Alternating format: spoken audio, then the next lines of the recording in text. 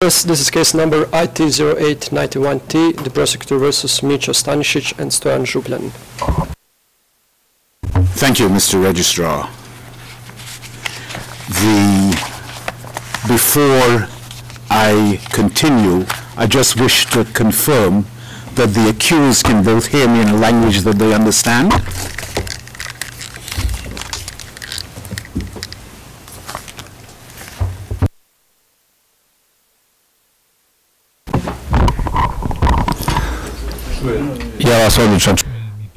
I can hear you perfectly well, and I greet you.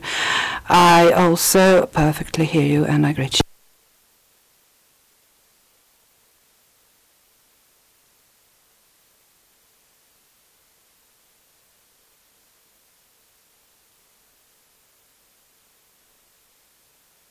And Stojan Župljanin. I now read a summary of the Chamber's findings. The full written judgment will be made available at the end of today's hearing. At the outset, the Chamber wishes to express its gratitude to counsel for the prosecution and the defense, the registry staff, the Chamber's own staff, and all others who have contributed to the conduct of this trial. The judgment is a lengthy document reflecting the size and complexity of this case. The trial commenced on the 14th of September 2009 and concluded on the 1st of June 2012.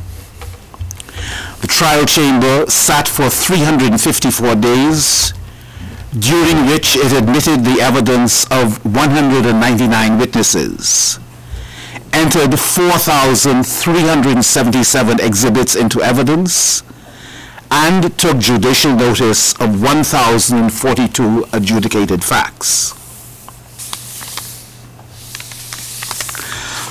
The concept of a Greater Serbia has a long history. One of its aspects was the extension of Serbia into those portions of Croatia and Bosnia and Herzegovina containing substantial Serb populations. This was strongly pursued in the late 1980s and on into the 1990s. Through public speeches and the media, Serbian political leaders emphasized a glorious past and informed their audiences that if Serbs did not join together, they would again be attacked by Ustašas, a term used to instill fear in Serbs. The danger of a fundamentalist Muslim community was also presented as a threat. After this disintegration of the former Yugoslavia began, the theme of the Serb-dominated media was that if Serbs became a minority, their existence would be endangered. The media presented the Serbs with a choice between waging war or being subjected to a non-Serb rule.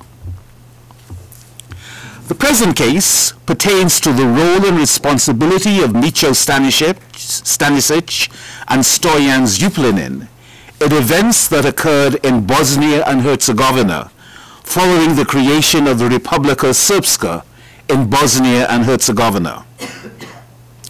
Micho Stanišić was the Minister of the Interior of Republika Srpska. The Ministry of the Interior will be referred to as MUP in this summary.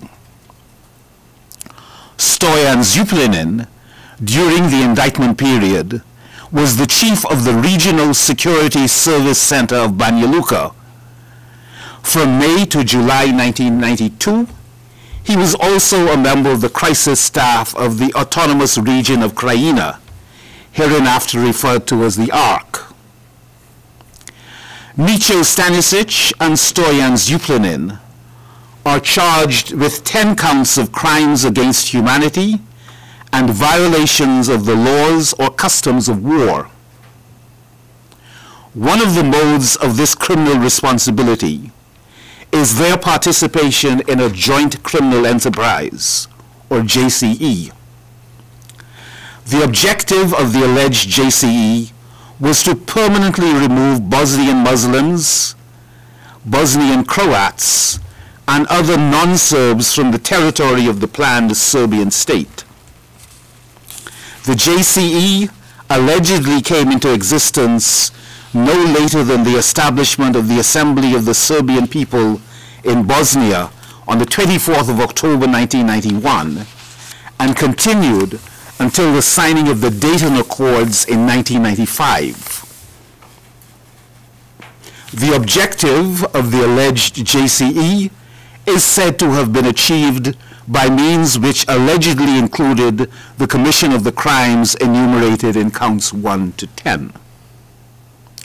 Micho Stanišić is charged with criminal responsibility for crimes committed in 20 municipalities in Bosnia and Herzegovina. He allegedly participated in the creation of Bosnian Serb entities and forces that implemented forcible takeovers of municipalities, and in the development of Bosnian Serb policy at the leadership level in order to secure these takeovers and the forcible removal of the non-Serb population. He also is said to have commanded, directed, and assisted in the coordination of MUP forces when acting jointly or in coordination with crisis staffs, the Army of Republika Srpska, referred to as the VRS, and other Serb forces, in order to implement the objectives of the JCE. Stanišić allegedly facilitated the establishment and operation of camps and detention facilities in which Serb forces beat, sexually assaulted, and killed non-Serb detainees. It is therefore alleged that, while being under duty to protect, as the Minister of the Interior, he failed to take adequate steps to protect Bosnian Muslims, Bosnian Croats, and other non-Serbs. Furthermore, Stanišić allegedly encouraged and facilitated the commission of crimes by Serb forces by not taking adequate measures to investigate, arrest, or punish the perpetrators of such crimes, and, as such, contributed to the maintenance of a culture of impunity by participating in sham inquiries into these crimes. Stoyan Župljanin is charged with criminal responsibility for crimes committed in 8 municipalities in Bosnia and Herzegovina, the ARC municipalities. Župljanin allegedly participated in the formation of Bosnian Serb entities and forces that implemented the forcible takeovers of municipalities. In order to implement the objectives of the JCE, he allegedly commanded, ordered, and directed members and agents of the MUP, when cooperating or acting jointly with crisis staffs, the VRS, and other Serb forces, and participated in the formation, financing, supplying, and supporting of special units.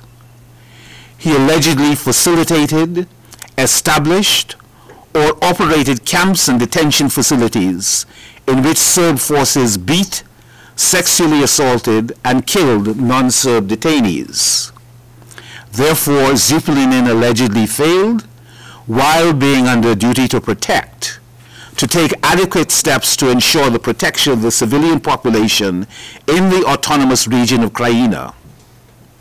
It is alleged that he, instead, encouraged and facilitated the commission of crimes by Serb forces against Bosnian Croats, Bosnian Muslims, and other non-Serbs. Furthermore, he allegedly failed to take the necessary steps to investigate, arrest, or punish the perpetrators of these crimes, thereby contributing to the maintenance of a culture of impunity, including by participating in sham inquiries concerning these crimes.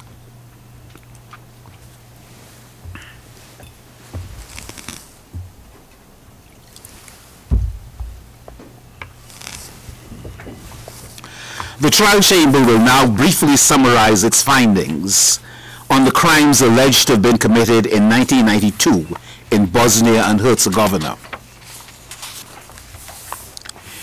In the early hours of the 3rd of April 1992, a paramilitary group known as the Serbian Defense Forces, or SOS, set up checkpoints and blockaded the town of Banja Luka.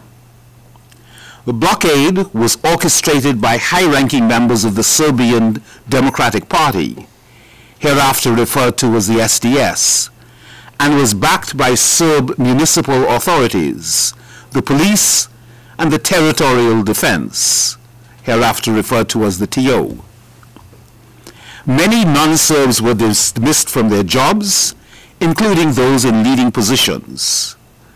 Members of the police, including members of the Banja Luka CSB Special Police Detachment, began rounding up Muslims and Croats, searching their apartments, beating them, looting their property, and taking them to the Banja Luka CSB, where police and state security inspectors interrogated them and frequently beat them.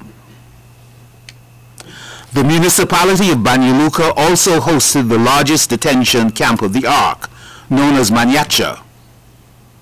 Starting in mid-May 1992, Serb civilian police from Prijedor, Sanski Most, Ključ, and other ARC municipalities transported thousands of detainees to Manjača. About 98% of the detainees were of Muslim and Croatian ethnicity. In Manjača, prisoners were held in unsanitary conditions, were not provided with sufficient food or medical care, and were beaten on a regular basis. Several Muslims and Croats died as a consequence of the beatings. Others died of asphyxiation while being transported in locked refrigerator trucks from Prijedor to Manjača. As a consequence of the campaign of violence, by September of 1992, thousands of Muslims and Croats had left the municipality. Before they could leave, however, Serb authorities forced them to surrender and leave most of their property behind. Between May and September 1992, the 19th Infantry Brigade of the VRS and the Serb police, fighting together, took control of Donja Vakuf. There were at least 7 clashes in Donja Vakuf between the Serb police and Muslims, with the Serb police sometimes being supported by VRS units. Between mid-June and mid-September of 1992, Muslim and Croat male civilians were arrested by Bosnian Serb soldiers, military police, and police officers. They were detained in the Public Security Station, or SJB. They were also confined at the TO warehouse, the Verbos Promet factory, and a detention facility known as the House. In these locations, the detainees were regularly beaten. Najam Sukovic, an elderly detainee, died as a result of a severe beating at the warehouse, and the 2 detainees were killed in the factory. In the course of 1992, 12,970 Muslims and 480 Croats left Donja Vakuf due to harassment and threats by Serbs. On the 7th of May 1992, JNA forces entered the town of Ključ, imposed a curfew, and set up checkpoints at important locations throughout the municipality. From then onwards, arbitrary arrests of Muslims and Croats were carried out by Bosnian Serb police. As a result, Bosnian Muslims from surrounding villages were arrested and taken to detention facilities at a school and the SJB building in Ključ. From mid-1992 onwards, villages in the municipality that were predominantly inhabited by Muslims and Croats were shelled by Serb forces. This was accompanied by the looting of their valuables. On the 1st of June 1992, approximately 76 detainees were killed in Velagici by VRS soldiers. On the 10th of July 1992, at least 144 men were killed by Serb police and VRS soldiers during mopping up operations in Biljani. Significant numbers of persons living in the municipality of Cluj were forced from their homes between May 1992 and January 1993. On the 11th of June 1992, Serb forces commenced the takeover of the town of Kotovaroš and the surrounding villages, all of which were inhabited by Muslims or Croats. A total of 14 Muslim and Catholic monuments in Kotovaroš were heavily damaged or completely destroyed in 1992, most of them in July and August, by fire, explosives, or shelling. The Banja Luka CSB Special Police Detachment and police from Kotovaroš arrested and detained Muslim and Croat individuals at the Kotovaroš SJB, the Kotovaroš prison, and the sawmill. Detainees at the SJB were brutally beaten and held in inhumane conditions with insufficient food, water, and sanitation facilities. At the Kotovaroš prison, detainees were physically mistreated by soldiers, and some were beaten to death or were executed after being beaten. Over 300 Muslim and Croat women, children, and elderly men were held at the sawmill. Female detainees were taken out of the main hall of the sawmill during the night and raped by members of the Serb forces. On the 25th of June 1992, Serb forces killed approximately 26 men on the way to and in front of the medical center.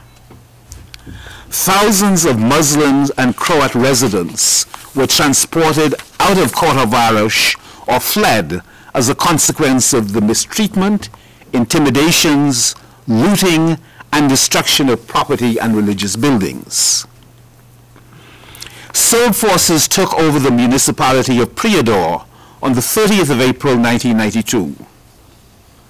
The perpetrators in Prijedor comprise members of the local crisis staff, active and reserve police, the TO, the JNA, and the VRS.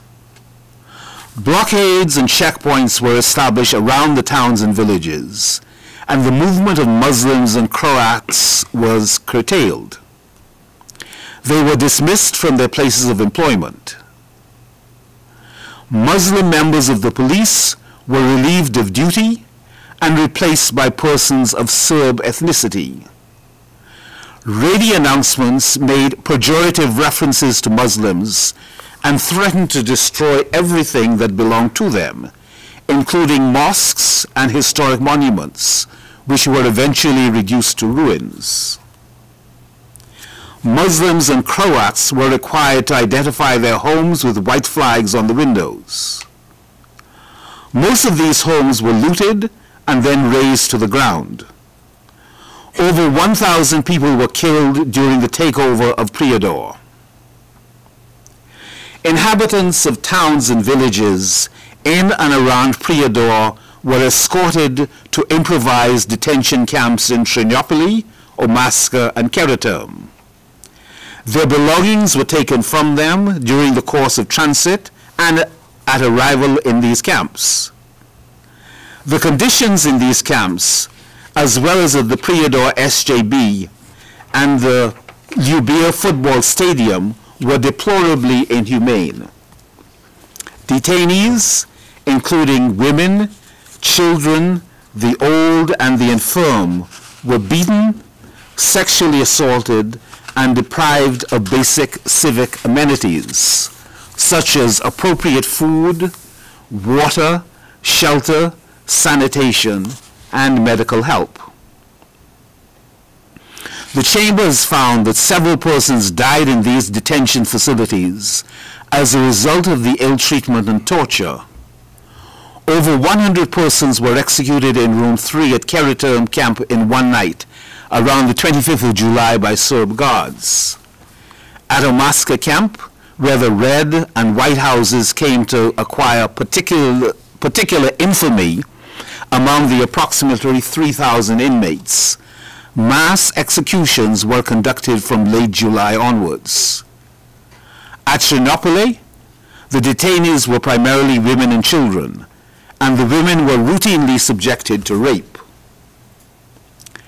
Eventually, detainees were expelled in convoys to Muslim-held territory.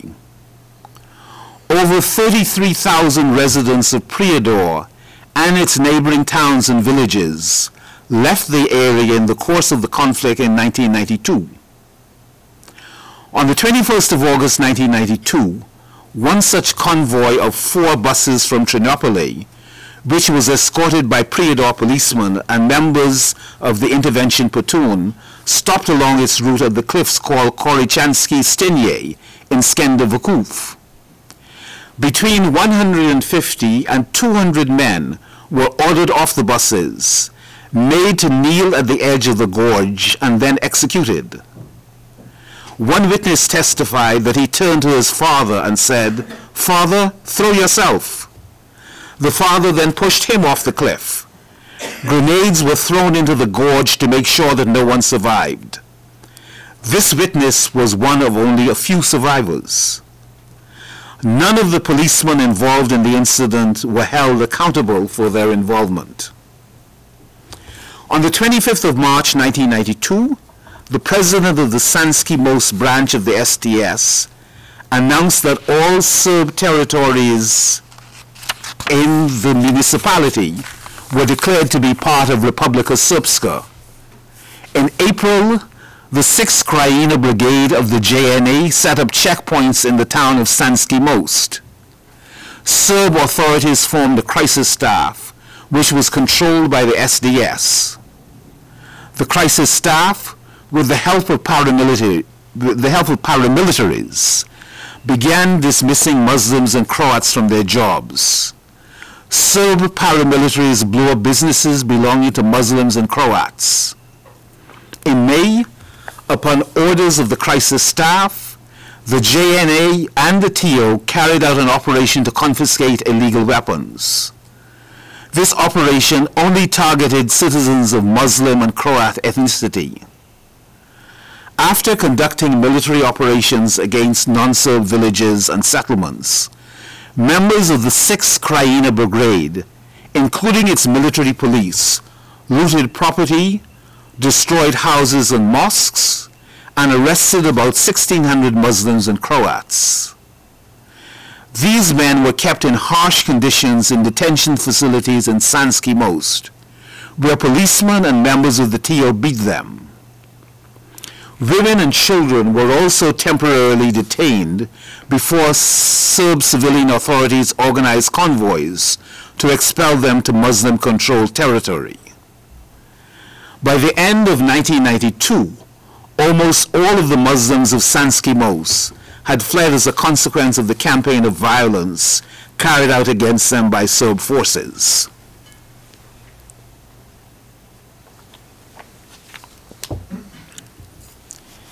In early 1992, Teslić, a Serb-majority municipality, was declared a constituent part of Republika Srpska.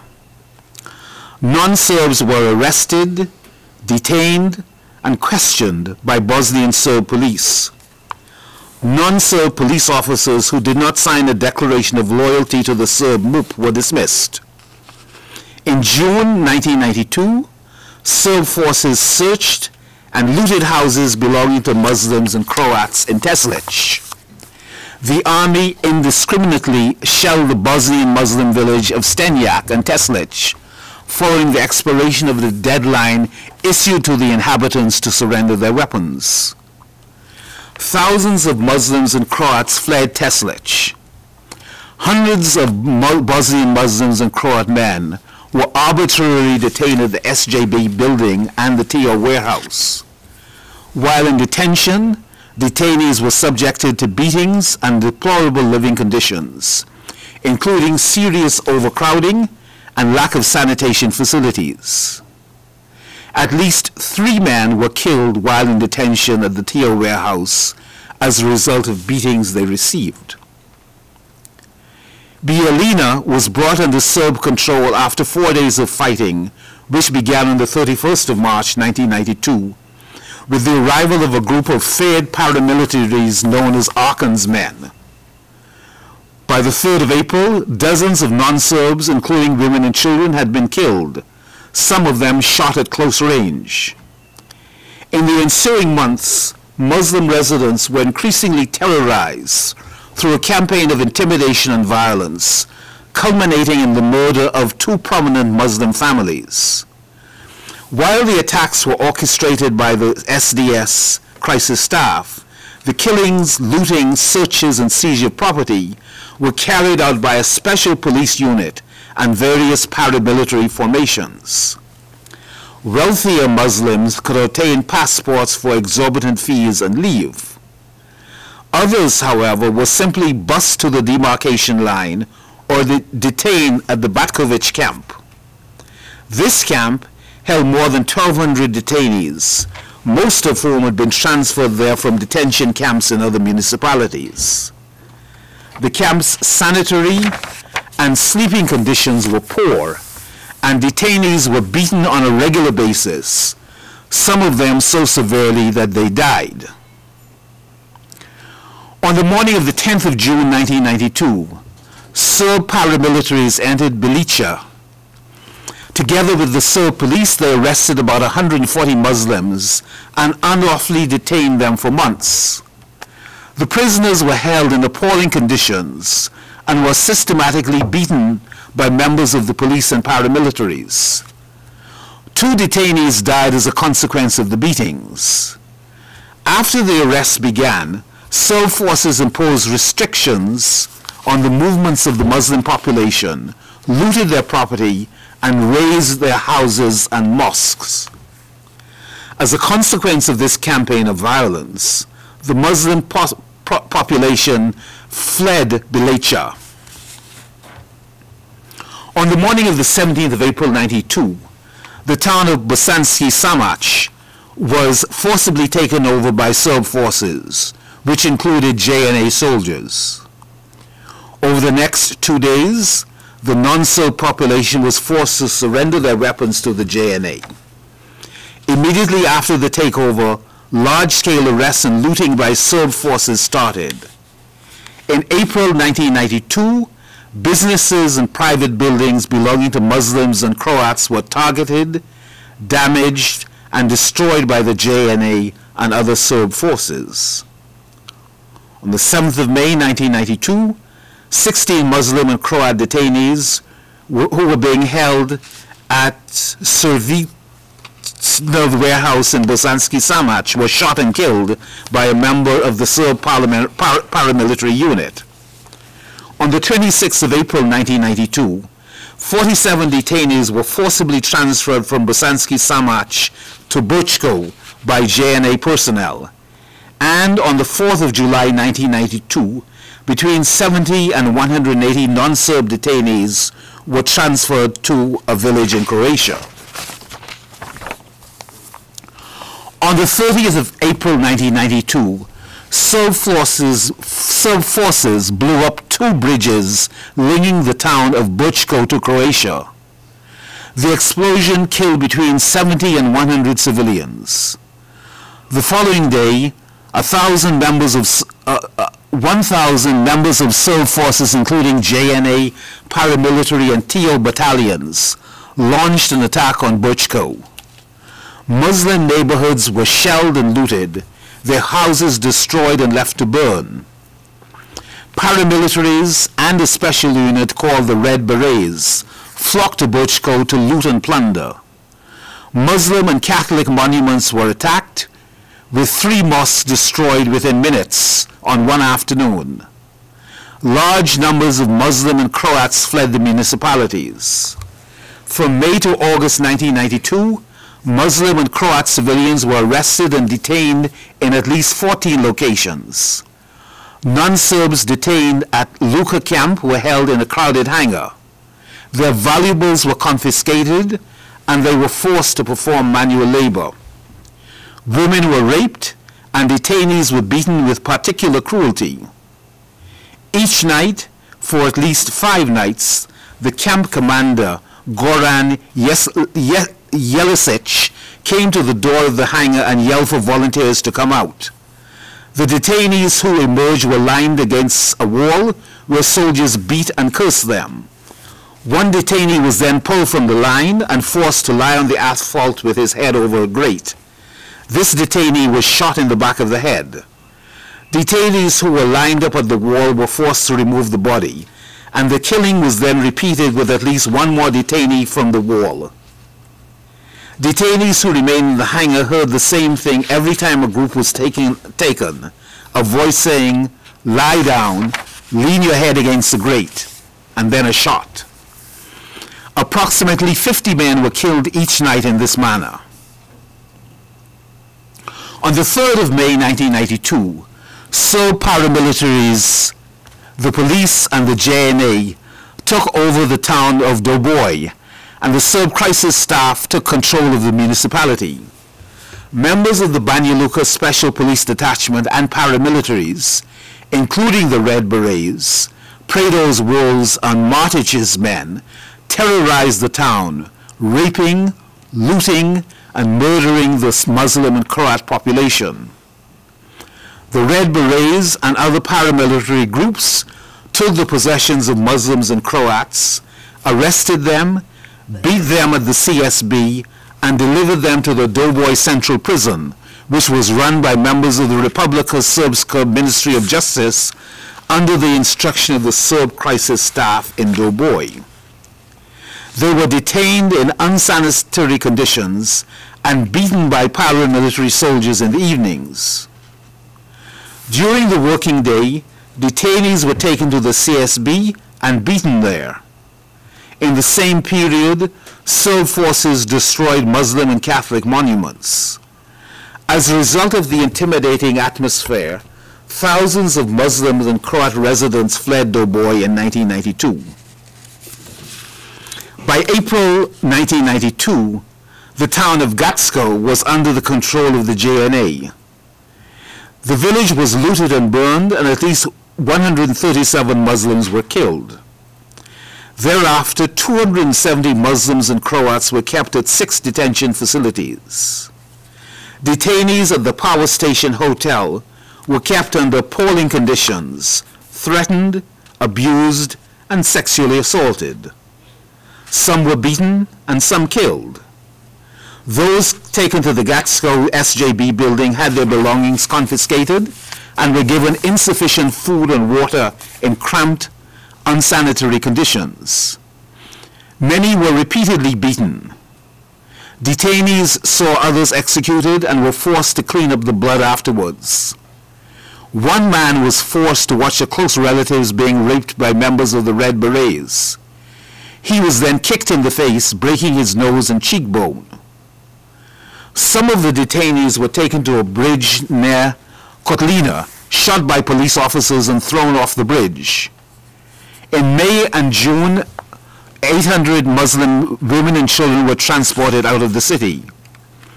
When the JNA and police attacked Fazlajic Kula on the 17th of June, hundreds more fled.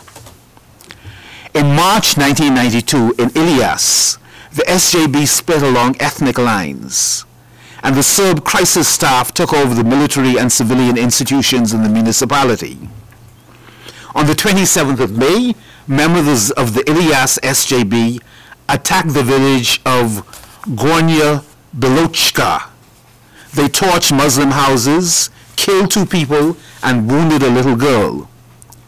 A group of men from the village were taken into custody and imprisoned in several detention facilities in succession.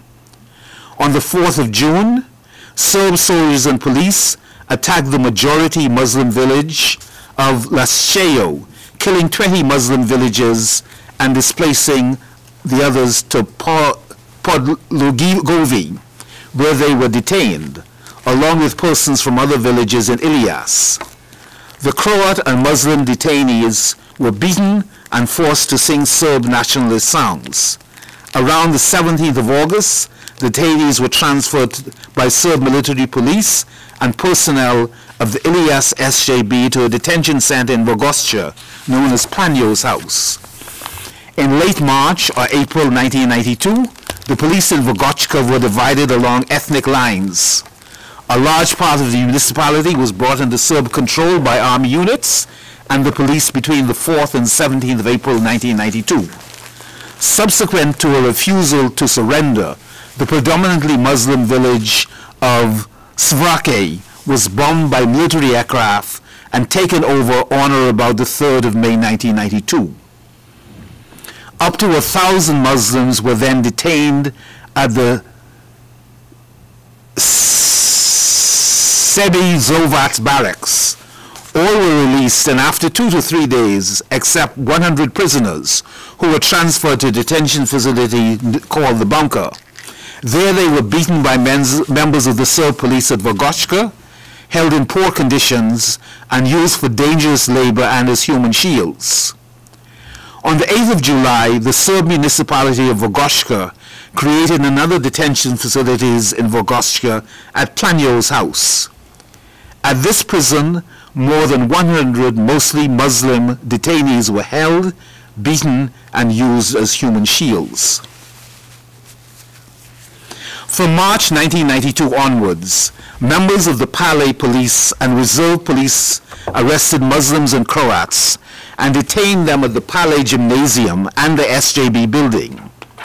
These detainees were abused by soldiers, by members of the special police under Rajko Kušić, and sometimes by civilians. The police did nothing to stop this, and some detainees died from the beatings. At the Palais Gymnasium, detainees were starved and kept in such unsanitary conditions that they were eventually covered in lice. Despite this, they were forced to work. On the 22nd of May 1992, Serb forces launched attacks on Renovica and Donja Vinka. They burned houses belonging to Muslims, and the villagers were arrested and transported from Palais to Muslim-held territory. In the entire municipality of Palais, constant pressure was put on the Muslim citizens to leave. By early July 1992, the Palais SJB, by order of the Palais Crisis Staff and Municipal Assembly, facilitated the transfer of over 1,000 non-Serbs out of the municipality in a series of convoys. After they left, members of the Palais police claimed the Muslims' property.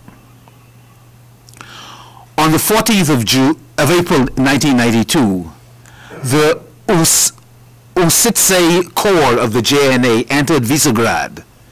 Convoys were organized, emptying many villages of their non-Serb population. The JNA withdrew from Visegrad on the 19th of May 1992, leaving behind Serb paramilitary units, including one led by a member of the reserve police, Milan Lukic. These units carried out widespread operations of mistreatment and humiliation, such as rapes, theft, destruction of property, and arbitrary killings. On the 7th of June 1992, Milan Lukic abducted and executed 5 Muslim men on the bank of the Drina River. On the 14th of June 1992, Milan Lukic, Sergej Lukic, who was a member of the Visegrad regular police, and other armed Serbs locked a group of Muslim civilians, predominantly women, children, and elderly persons, in a house in Pinoriska Street. The house was set on fire, and persons who tried to escape were shot. Approximately 66 persons were killed in this incident. Hundreds of non-Serb civilians were found to have been killed, and at least 11,000 Muslims fled from the municipality of Visegrad. In April 1992, the municipality of Vlažnica was divided along ethnic lines, and on the 19th of April, the Serb crisis staff took over power of the municipality. Muslims were subjected to discriminatory measures. They were forced to surrender their weapons, dismissed from their jobs, and assigned work obligations. Their homes and shops were broken into and painted with anti-Muslim signs, their property stolen, and the town mosque destroyed. Muslim residents fled Vlasinica as a consequence of this treatment. The TNO, JNA, and Vlasinica Special Police Unit conducted operations in predominantly Muslim villages such as Zakloplacha and Drum, during which they detained or killed the Muslim men, removed the women and children to Muslim-controlled territory, and destroyed their homes. Muslims were detained at Vlasinica Municipal Prison, the SJB building, the Stanišić camp. Detainees were subjected to interrogations, beatings, rape, killings, and other inhumane conditions. On the 21st of May 1992, at least 28 Muslim males from the municipality of Bratunac who were being detained in Vlasinica were shot and killed at a location outside Nova Kasaba. On the 8th of April 1992, Serb policemen and paramilitaries, together with TO and JNA units, shelled and took over the town of Zvornik.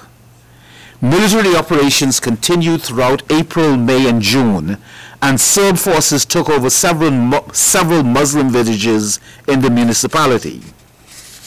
After the attacks on Muslim villages, Serb policemen, paramilitaries, and members of the JNA and TO expelled the Muslim population, destroyed their houses and mosques, and stole their property.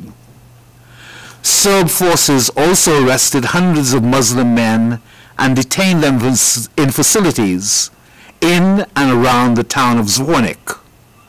Serb policemen and members of the TO beat and mistreated the detainees. At the Dom Kultur in Chelopech, the Yellow Wasps and other paramilitaries, with the knowledge of the police, severely beat and wounded Muslim prisoners. They also humiliated, sexually abused, and mutilated them. Dukan Repic, one of the Wasps' leaders, forced two pairs of fathers and sons to perform sexual acts on each other, including intercourse and penetration with a broom handle. Other members of the Wasps cut off detainees' penises and ears and forced other prisoners to ingest them. If a prisoner did not do so, he was killed. Between the end of May and the beginning of June 1992, members of the TO and paramilitaries, including the Yellow Wasp and White Eagles, executed at least 497 detained Muslim prisoners. Starting from April 1992, thousands of Muslims were either expelled from the municipality by Serb forces or fled as a consequence of the campaign of violence.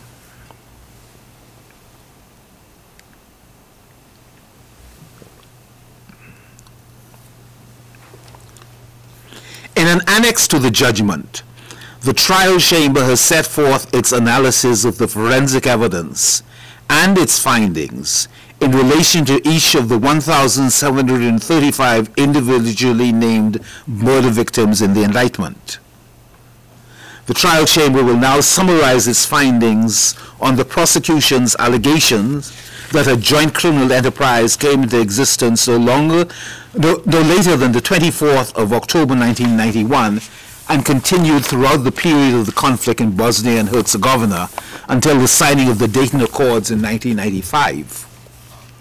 The prosecution alleges that the objective of the JCE was to permanently remove Bosnian Muslims, Bosnian Croats, and other non-Serbs from the territory of the planned Serbian state by means which included the commission of the crimes alleged in counts 1 through 10. In its written judgment, the trial chamber has found that, following the Declaration of Independence in the Bosnian Assembly by the delegates of the Party of Democratic Action and the Croatian Democratic Union on the 15th of October 1991, the SDS and the Bosnian Serb leadership began to create separate and parallel Bosnian Serb institutions and to establish Serb municipalities within Bosnia and Herzegovina. The leadership of the Serbian Democratic Party issued the variant A and B instructions. The main purpose of these instructions was to prepare the local Serb communities and their leaders to take over power in municipalities across Bosnia and Herzegovina. What followed, as just described, were the violent takeovers of those municipalities and the ensuing widespread and systematic campaign of terror and violence, which resulted in the removal of large numbers of non-Serbs from those municipalities by way of commission of the crimes that the Chamber has found were committed. Throughout the indictment period, the Bosnian Serb leadership was in charge of the events taking place in the municipalities through its control over political and military structures. On the basis of the numerous statements of the Bosnian Serb leadership at the time, the Chamber finds that the goal of these actions was the establishment of a Serb state as ethnically pure as possible through the removal of the Bosnian Muslims and Bosnian Croats. The Chamber, therefore, is satisfied beyond reasonable doubt that a common plan came into existence no later than the 24th of October 1991 and remained in force throughout the indictment period, remained in existence throughout the indictment period. The objective of the common plan was to remove Bosnian Muslims and Bosnian Croats from the territory of the planned Serbian state through the commission of the crimes of deportation and forcible transfer as crimes against humanity. The trial chamber now turns to the question of whether the accused in this case were members of this joint criminal enterprise. Stoyan Župljanin was born on the 22nd of September 1951 in the village of Maslovare in the municipality of Koravaroš. In 1975, after graduating from law school, he started a career in the police. During the indictment period, he was chief of the Banja Luka Security Service Center of the Ministry of Interior of the Serbian Republic, otherwise known as the Banja Luka CSB. By the 6th of May 1992, the CSB had in its areas of responsibility the SJBs of all the municipalities that were part of the autonomous region of Krajina, that is the ARC. While there is no evidence that Župljanin was a member of the Serbian Democratic Party, he undoubtedly had strong ties to it. As the highest police authority in the ARC, Župljanin had the legal duty to protect the entire civilian population, regardless of religion, ethnicity, race, or political beliefs. On the 5th of May 1992, Župljanin became a member of the crisis staff of the ARK. From April until the end of July 1992, Župljanin issued several orders to his policemen to follow the instructions of this regional body. These orders included the disarmament of Muslims and Croats and restrictions on the amount of currency and valuables that could be brought out of the ARC. Stoyan Župljanin, in concert with the Banja Luka TO and members of the Serbian Democratic Party and the ARC, was one of the key actors behind the organization of the blockade of Banja Luka on the 3rd of April 1992. When the non-Serb community in Banja Luka demanded police protection, Župljanin either provided false assurances or openly refused it. In addition, Župljanin dispatched his policemen, including the Banja Luka CSB Special Police Detachment, to disarm the Muslim and Croat population and to participate with other Serb forces in the takeover of municipalities in the ARC. While engaged in these operations, Župljanin's Special Police Detachment, which he had created and staffed with Serb nationalists, some of whom with prior criminal records, committed heinous crimes against Muslims and Croats, including rape, torture, and murder. Župljanin, despite being repeatedly informed of the crimes of this special unit, continued engaging it in operations in close contact with Muslim and Croat civilians, whom the detachment continued to abuse. Župljanin was also aware of the unlawful arrest and detention of thousands of Muslims and Croats in the Ark, of the harsh conditions in which they were interned, and of the abuses and other crimes that were cruelly inflicted upon them. In spite of this knowledge, Župljanin continued engaging his policemen in guarding the unlawfully detained prisoners and ordering the transfer and transportation of detainees from police-controlled facilities to the Banjaca camp.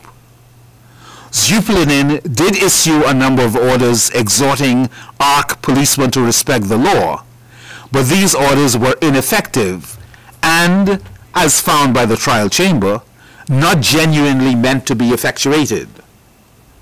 Notably, on the 20th of July 1992, Župljanin proposed to Stanišić to treat unlawfully detained non-Serbs as hostages and to exchange them for Serb prisoners.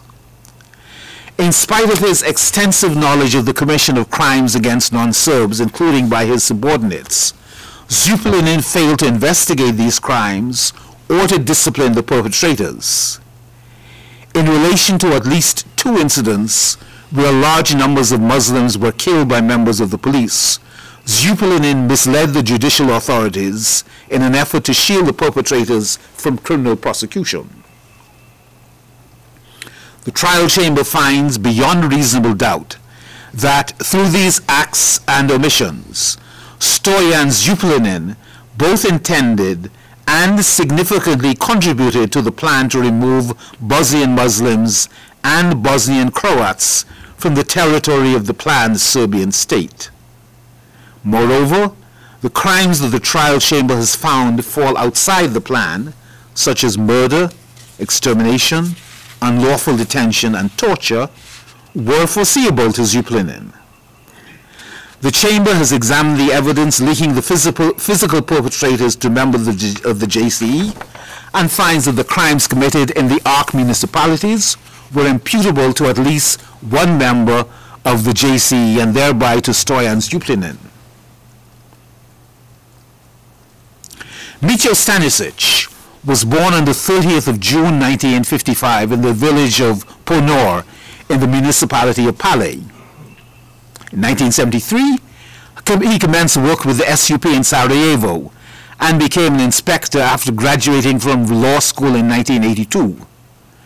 Stanišić attended the first meeting of the Council of Ministers of the Bosnian Serb Assembly. At this meeting, the demarcation of the boundaries of ethnic territory for the Serbs was the priority, as well as the establishment of governmental organs in that territory. Stanišić was involved in the establishment of the SDS and worked to promote and implement its policies. During the indictment period, he was the Minister of Interior of the self-proclaimed Republika Srpska. As the highest authority in Republika Srpska on matters of interior affairs, Stanišić had the legal duty to protect the entire civilian population, regardless of religion, ethnicity, race, or political beliefs. Stanišić shared a close relationship with Radovan Karadzic and other leading members of the JCE, and he was a key member of the decision-making authorities from early 1992 onwards.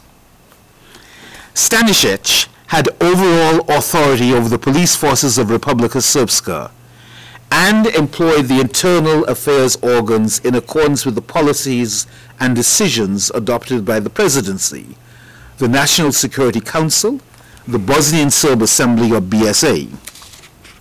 His conduct, presence at key meetings, attendance at sessions of the BSA, and acceptance of the position of Minister of Interior all indicate his voluntary participation in the creation of a separate Serb entity within Bosnia and Herzegovina by the ethnic division of the territory.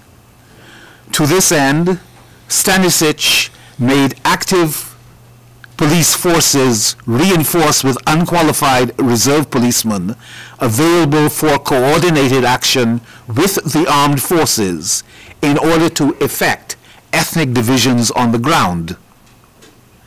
Despite being aware of the commission of crimes by these joint forces, Stanišić consistently approved the deployment of his police forces in this manner. He also permitted the continued use of reserve forces by the army, primarily for the purpose of guarding prisons and detention camps. Stanišić only sought to withdraw regular policemen from combat activities towards the end of 1992, when most of the territory of Republika Srpska had been consolidated. The trial chamber received evidence that Micho Stanišić issued orders in the course of 1992, particularly between the months of July and August, for the protection of the civilian population. However, Stanišić failed to use the powers available to him under the law to ensure the implementation of those orders, despite being aware of the limited action taken subsequent to his orders. Moreover, the orders in relation to detention camps were prompted by the scrutiny of the international community and were mostly concerned with the image of Republika Srpska in the eyes of the world. By failing to remove errant personnel from the police forces, Stanišić violated his professional obligation to protect and safeguard the civilian population in the territories under his control. The fact that Micho Stanišić had the ability to do more is borne out by the decisive manner in which he pursued the theft of golf vehicles from the RS MUP and the harassment of local Serb leaders by paramilitary groups after the outbreak of hostilities. The trial chamber finds, beyond reasonable doubt, that through these acts and omissions, Micho Stanišić both intended and significantly contributed to the plan to remove Bosnian Muslims and Bosnian Croats from the territory of the planned Serbian state. Moreover, the crimes of the trial chamber has found fall outside the plan, such as murder, unlawful detention, and torture, were foreseeable to Stanišić, except for the crime of extermination, which will be dealt with in a moment. The chamber has examined the evidence linking the physical perpetrators to the members of the JCE and find that the crimes committed in the municipalities, save for the appropriation or plunder of property and wanton destruction in Bilica, were imputable to at least one member of the JCE and therefore to Micho Stanišić. With respect to the crime of extermination, the chamber reviewed the evidence on Stanišić's responsibility for this crime pursuant to the remaining modes of liability charged in the indictment. With regard to the incidents of extermination in the municipalities of Cluj, Kotovaroš, Prijedor, Brčko, Visegrad, Vlasenica, Zvornik, and Banja Luka, the trial chamber finds that Stanišić is not criminally responsible for instigating the crime of extermination, nor is he responsible for aiding and abetting this crime. The trial chamber further analyzed Stanišić's liability for extermination under the doctrine of command responsibility and finds that he either did not know or did not have reason to know that extermination was about to be, was being, or had been committed. In the case of Korychansky's tenure, although Stanišić did come to know of the extermination over 150 Muslim men within days of the crime, the trial chamber finds that he does not bear criminal responsibility for these crimes because the prosecution failed to prove that Stanišić failed to take necessary and reasonable measures to punish the perpetrators in relation to this incident. This completes the summary of the findings of the trial chamber. I will now read out the disposition of the trial chamber as contained in the written judgment.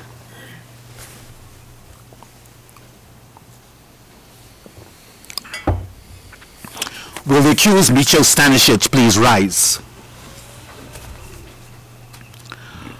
For all the foregoing reasons, and pursuant to Article 23, 24, and 27 of the Statute of the Tribunal, and Rules 98 ter, 101, 102, and 103 of the Rules of Procedure and Evidence of the Tribunal, the trial chamber hereby decides as follows. The trial chamber finds you, Micho Stanišić, to be guilty pursuant to Article 7.1 of the statute of the following counts. Count 1, persecution as a crime against humanity through the following underlying acts: killings, torture, cruel treatment and inhumane acts, unlawful detention, establishment and perpetration of inhumane living conditions, forcible transfer and deportation, plunder of property, wanton destruction of towns and villages, including destruction or willful damage done to institutions dedicated to religion and other cultural buildings, imposition and maintenance of restrictive and discriminatory measures. Count 4, murder as a violation of the laws and customs of war. Count 6, torture as a violation of the laws and customs of war.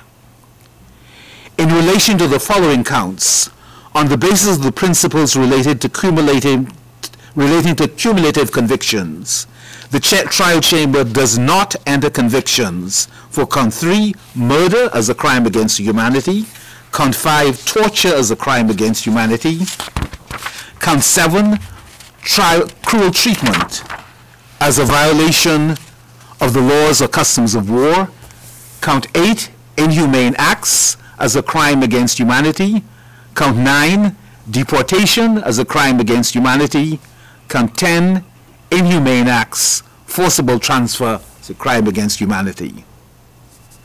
The trial chamber finds Micho Stanišić to be not guilty pursuant to Articles 7.1 and 7.3 of the following count. That is count 2, extermination as a crime against humanity. The trial chamber hereby sentences Micho Stanišić to a single sentence of 22 years imprisonment. Micho Stanišić has been in custody since the 11th of March 2005, and pursuant to Rule 101C of the rules, he is entitled to credit for the time spent in detention thus far. Pursuant to Rule 103C of the rules, Micho Stanišić shall remain in the custody of the tribunal pending the finalization of arrangements for his transfer to the states where he shall serve his sentence. Micho Stanišić, you may now be seated.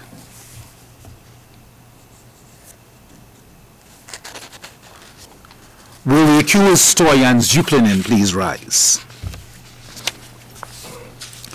The trial chamber finds you, Stoyan Župljanin, to be guilty pursuant to Article 7.1 of the statute of the following counts. Count 1, persecution as a crime against humanity through the following underlying acts: killings, torture, cruel treatment and inhumane acts, unlawful detention, establishment and perpetuation of inhumane living conditions, forcible transfer and deportation, plunder of property, wanton destruction of towns and villages, including destruction or willful damage to institutions dedicated to religion and other cultural buildings, imposition and maintenance of restrictive and discriminatory measures. Count 2, extermination as a crime against humanity. Count 4, murder as a violation of the laws or customs of war. Count 6, torture as a violation of the laws or customs of war. In relation to the following counts, on the basis of the principles relating to cumulative convictions, the trial chamber does not enter convictions for count 3, murder as a crime against humanity, count 5, torture as a crime against humanity, count 7, cruel treatment as a violation of the laws or customs of war, count 8, inhumane acts as a crime against humanity. Count 9, deportation. Count 10, inhumane acts, forcible transfer as a crime against humanity. The trial chamber hereby sentences Stoyan Župljanin to a single sentence of 22 years imprisonment.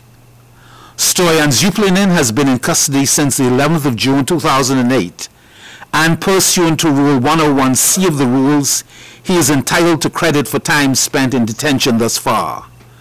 Pursuant to Rule 103C of the rules, Stoyan Župljanin shall remain in custody of the tribunal pending the finalization of arrangements for his transfer to the state where he shall serve his sentence. You may now be seated.